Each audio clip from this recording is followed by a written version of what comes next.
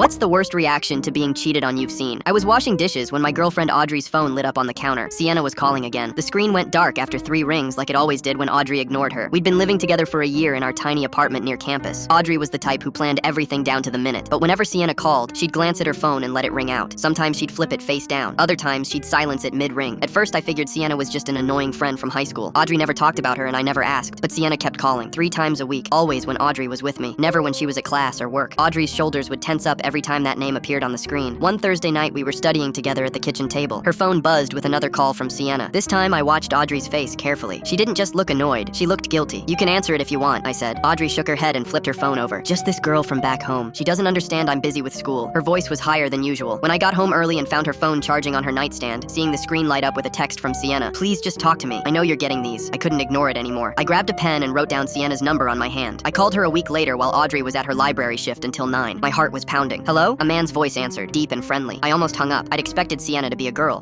Hi, is this Sienna's number?" The man laughed. "This is Corey." "Who's this?" "I'm trying to reach Sienna. She's been calling my girlfriend." There was a long pause. "What's your girlfriend's name?" His voice wasn't friendly anymore. "Audrey Quinn." Another pause. When he spoke again, his voice was quiet and controlled. "Audrey Quinn is my girlfriend." The room started spinning. "That's not possible. We've been living together for a year." "Living together?" "Audrey lives at home with her parents. I see her every weekend when she comes home from state." My mind raced through all the weekends Audrey had gone home. "To see her parents," she said. "At least 1 weekend a month, sometimes 2. I've been with Audrey for 3 years," Corey continued. "Since junior year of high school. I have a promise ring she wears on a chain around her neck when she's at school. The necklace. The thin gold chain Audrey never took off. She said it was her grandmother's. She told me it was her grandmother's necklace. I saved for 6 months to buy that ring." We stayed on the phone comparing stories. Corey lived in Audrey's hometown 4 hours away. Audrey told him the dorms didn't allow overnight guests, so he couldn't visit. She told him she was living in the dorms. "She's there right now," Corey said. "Got home this morning for Thanksgiving break." I looked at the turkey defrosting in our fridge, the pie ingredients Audrey bought for our first Thanksgiving together. "She told me she wasn't going home this year. She told me you didn't exist." We hung up and I sat trying to make sense of it. She had 2 separate lives, college Audrey and hometown Audrey, and she'd kept them apart perfectly until I found that number. I heard her key in the lock at 9:15, right on schedule. "Hey babe, you eat yet?" I walked out holding the sticky note with Corey's number. "We need to talk." Audrey saw the paper and her face went white. "I can explain." "Can you?" "Because I just spent an hour on the phone with Corey." She sank onto our couch. Tears streamed down her face. "I never meant for it to go this far. I was going to break up with him freshman year, but then his dad got sick, and I met you and everything was perfect, and I thought I could keep them separate until I figured out what to do. It's been a year, Audrey. I know. I had 2 calendars, 2 sets of stories, 2 different versions of me. Which one was real? Both. Neither. I don't know anymore." Audrey packed her things and left. I thought about calling Corey back, but that wasn't my place. They had their own story to finish. An hour later, my phone rang. "Corey again. She's gone. They can't find the body. Full story linked on channel."